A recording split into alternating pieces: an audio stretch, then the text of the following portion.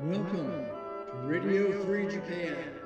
coming to you from behind the orange curtain of Southern California. Your host, California 日本の皆様こんにちは。レディオフリージャパンのカリフォルニアローズです。レディオフリージャパンは、日本の、フェイクニュースに騙されて、洗脳されてしまっている方々をいち早く違うかもと思っていただけるように、動画を始めております。今日は、5月28日にとんでもないびっくりする本当に驚いたんですけれども、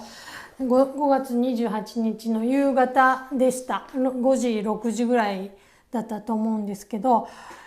トランプ関税は違法だという判決が、フェデラルのジャッジによって下されました。もうそれをニュースで聞いた時にはもう息ができませんでした。それぐらい驚きました。何が起こったんだろうということでしたが、とにかく一晩は嫌な感じで過ごしたんですが、その一方でアメリカのメインメディアでも日本のメインメディアももうお祝いムードでついにトランプが終わったみたいな報道しかされておりませんでした。そんなものはあまり見ずに、とにかく嫌な気分で一晩過ごしたんですが、来る日それは一瞬にして覆されることになりました。5月28日トランプ関税は違法だと判決されたと。ワシントンポストなどはトランプにとって最大の、司法的挫折だ、と報じました。もうすごいメインメディアは大喜びで悪口を報じておりました。ですが一晩で、そんなことはないということに、なり、おととい28日のお昼頃までの状態に戻りました。貿易における大統領の憲法上の役割というのは、決断、行動、秘密、迅速さをもって、実行をもって行使するということで、それが貿易に関する法定憲法の成立となる。それイコー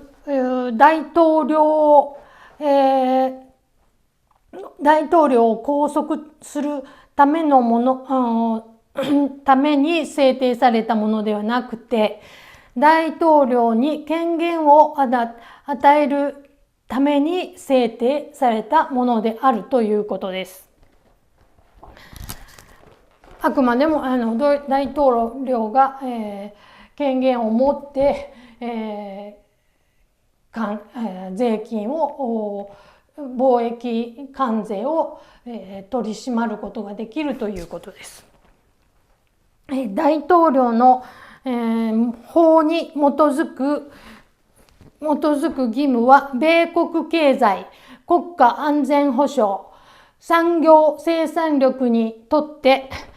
危険な貿易不均衡に陥らないようにすることが仕事なんですね。なんで、自由を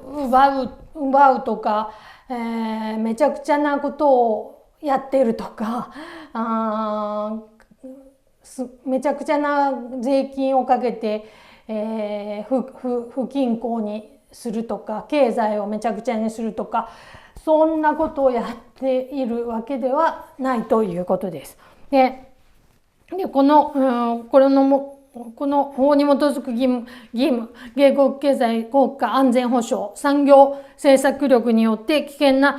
貿易均衡に陥らないようにすること、これをまさにトランプ大統領は、日々、やっているということであります。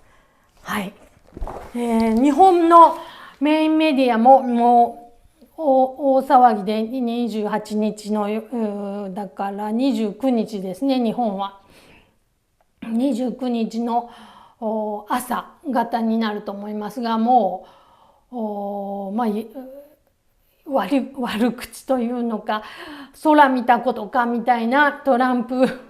反トランプメディアのお祝いムードみたいな感じで挫折という感じで報じられておりましたが、1日で覆されましたというお知らせです。今日は以上です。